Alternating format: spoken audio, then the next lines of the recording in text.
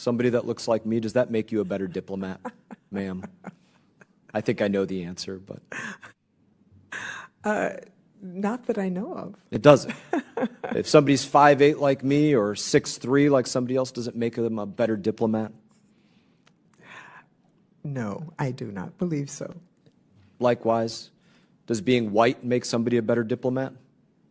No, I do not believe so. African American? No, I do not believe so. Asian or Islander?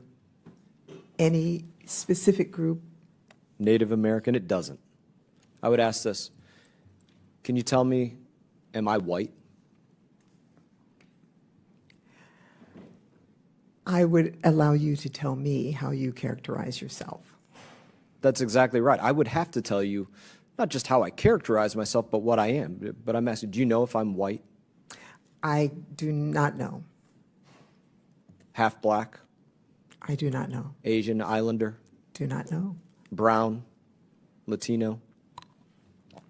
I do not know. You can't know. You can't know without asking somebody to disclose what they are. And we can't ask what somebody is, and it shouldn't matter. It shouldn't matter that I'm half Mexican. It shouldn't matter whether I'm able-bodied or ambulatory or not ambulatory. That doesn't have anything to do with what my background is, that I served in these operations in the military, that I gained these skills, that I studied this in school, that I proved that I could pass whatever tests under stress and duress and be effective in the field under situations that foreign service officers might encounter, like the withdrawal of Afghanistan, the enemy at the gates, people being targeted, trying to deal with countless number of SIVs coming in. That has nothing to do with how somebody looks. It has to do with, did they volunteer to do this? Do they have the skills to do this? Did we test them to make sure they had the skills to do this? Do we hire hard and have the ability to manage a little bit easier? And that's the problem with what I see with what's taking place here. I'd ask you another question. Can you tell me what best looks like?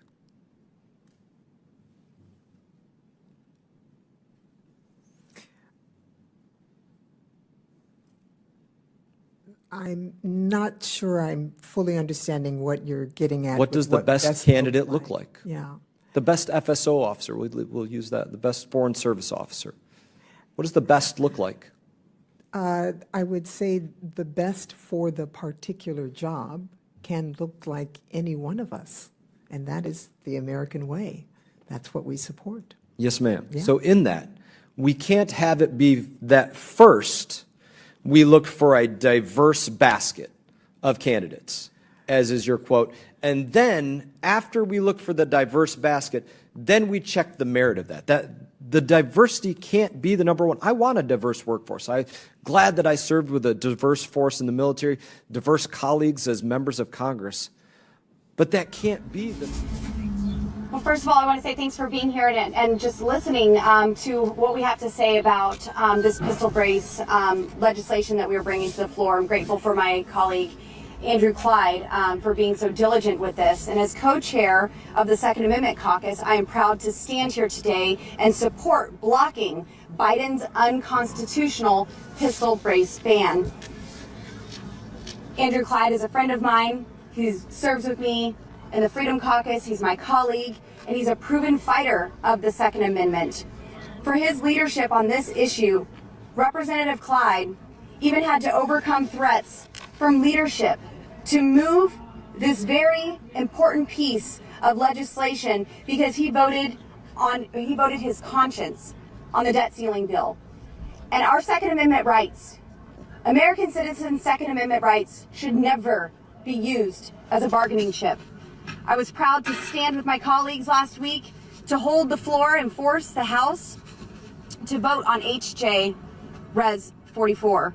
I'm glad we were able to come to an agreement, and I look forward to working with leadership in the upcoming days and the Speaker and restoring some fiscal sanity in the upcoming appropriations process. For far too long, rogue partisan bureaucrats at the ATF have run amok infringing and trampling on the Second Amendment rights of the American people.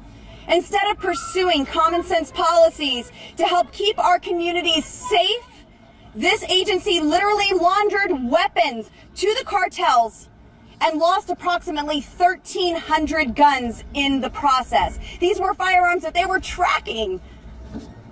Operation Fast and Furious exposed the recklessness of the ATF and how little regard they have for the rule of law. As a result, the American people have a third time viewing this agency and its rules as legitimate. Just in the last 5 years, the ATF has exchanged its long-standing positions on firearm products 3 times through administrative fiat due to political pressure. These changes have resulted in products that were previously classified as lawful by the ATF, now being considered legal, illegal, or regulated under the National Firearms Act. And now the ATF wants to make the owners of nearly 40 million Americans with firearm stabilizing braces criminals overnight. We literally have disabled veterans wounded in battle that rely on pistol braces to enjoy and responsibly shoot at the range or defend themselves and their homes. It defies common sense that tens of millions of gun owners will be forced to register, destroy, turn in, or rebuild their firearms or face up to 10 years in federal prison and a $250,000 fine for a right that shall not be infringed, just for having the stabilizing brace on their lawfully purchased firearm. Unelected bureaucrats do not write laws. Congress does. The gun-grabbing radical bureaucrats at the ATF are not only ignoring the law, but they are trying to rewrite it themselves. This is an abuse of separation. Talking about it as a matter of life and death. Question of life and death, you said. Explain. It is potentially a question of life and death For whom? with regard to the source of the information. So, okay, so now we've confirmed that the document exists. That's progress because the FBI director initially denied that it exists. Why did he do that? We have already and previously acknowledged the existence of the documents. Yeah, after you first denied it. Now, when a member of this committee read it, right, the FBI director, let's just get the record straight. The FBI director initially said it doesn't exist. Then Senator Grassley said, I've read it. Then he said, oh, okay, well, gotcha. I guess it does exist. Now you're going back and forth with members of this committee what's in it. Why don't you just release it? Is it classified? The document is not classified. Okay. Will you commit to releasing it? Senator, we'll take that back and we will work with you and this committee. How about just a yes or no? Will you commit to releasing this unclassified document that alleges that the President of the United States, has taken $5 million or more in bribes from a foreign nation? The document has already been released pursuant to a subpoena to the House Oversight Committee. Has it been released to this committee? We will work with this committee within the parameters that are established to meet the request. Will you release the document to the public? It's unclassified. Don't you think the American people have a right to see it? Senator, the document, as you know, contains sensitive information that has bearing on the life of the source of the information, potentially. You can redact the source's name. We do this all the time. In some instances, Senator, and I know you know this, that is not sufficient to protect people. And that's what we strive and work to do each and every day. And I hope you would take that seriously, too. Oh, I take it very seriously. But I also take seriously the fact that your institution has repeatedly abused its authority, has repeatedly targeted political opponents. Your institution is the one that went to the door of pro-life protesters with SWAT teams to try and intimidate people because of their speech. Your institution is the one that treated parents as domestic terrorists because of their speech. Your institution is the one that, according to the court, the FISA court, ran 278,000 unwarranted, probably illegal queries on Americans, right?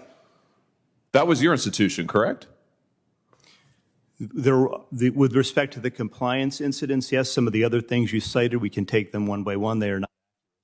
Compliance, you would characterize the unlawful querying 278,000 times of American citizens as compliance issues? We've said before, I've said that totally unacceptable. Who's been fired for it? Individuals involved are handled through the disciplinary process. Who's been fired for it? We have, in the case of the unintentional instance where something similar happened, we have fired people in the past. Wait, I'm sorry. What does that word salad mean? The unintentional instance where what does that mean? Who's been fired for the 278,000 times that you improperly or illegally queried the database for American citizens? Anybody? When we find intentional incidents. Were you saying that the 278,000 queries were unintentional? I believe that's correct. Wow, 278,000 times American citizens' information was queried by your agency unintentionally? That's your testimony? I would want to go back and check that, Senator. But well, that's what you just told me. My understanding is that the vast majority of Well, wait, that's different. You just said it was. You just said it was unintentional. Now it's the vast majority. Which is it? Do you know? I would want to go back and check it. So you don't know? My understanding is that likely all were unintentional. Likely all. So first it was all of them, then it was vast majority. Now it's likely all. So you don't know is the answer to the question. I don't know the answer as we sit here today, but I will Could have find out started and I with will that get back to probably. you. Who was fired for the lies to the FISA court for the Carter Page warrant? Who was fired for that? Anybody? Has anybody been held accountable for your institution deliberately lying to a FISA court to get a wiretap on an ongoing presidential campaign? There is an ongoing disciplinary process with respect to individuals involved in that. Here's the deal. You're back in front of us asking for the reauthorization of extraordinary authorities. Multiple courts have uncovered extraordinary abuses perpetrated by your agency. You are at the same time concealing information about serious allegations made against the President of the United States, even as your institution also targets his chief political opponent in an unprecedented way. Why would we ever give you the blank check that you want to continue surveilling American citizens in an improper manner? Why would we ever do that? Senator, we're here to talk about reforms today. I did get confirmation that the query... No, we're not. We're here to talk about the reauthorization of Section 702. Why would we reauthorize it, given your track record of abuse and illegal improper surveillance and political targeting? Why would we do that? Why would it be appropriate for this body to do that? We've made significant reforms and implemented corrective measures. We've seen significant progress as a result of that, Senator. The queries that you mentioned early were, in fact, unintentional. That's what I was just told by my counterpart. That is an amazing... The earlier question. So your testimony is the 280,000 queries of American citizens was unintentional. That's your final answer? That's how they were assessed by that team that did the review. I'm not satisfied with that. That's why we've implemented further measures, as I announced